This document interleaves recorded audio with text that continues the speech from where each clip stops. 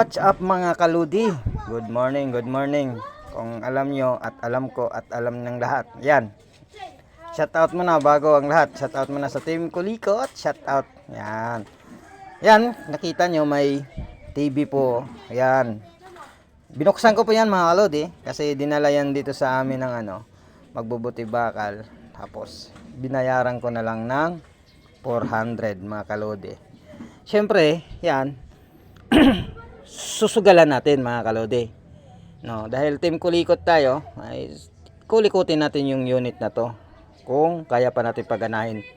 Ngayon, kung hindi natin kayang paganahin, sugal natin yung 400 natin.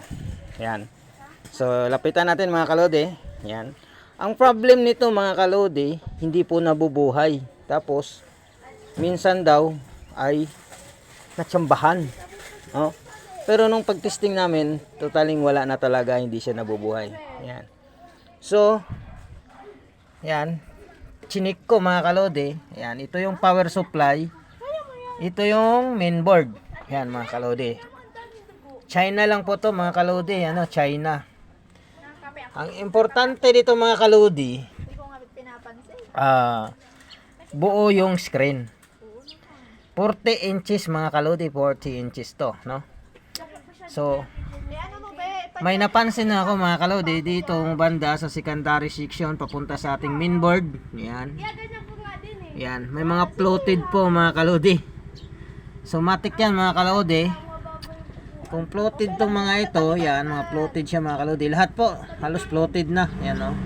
Ito. Floated na siya. Malamang, itong dalawang diode na to mga kalodi ay may problem to, no?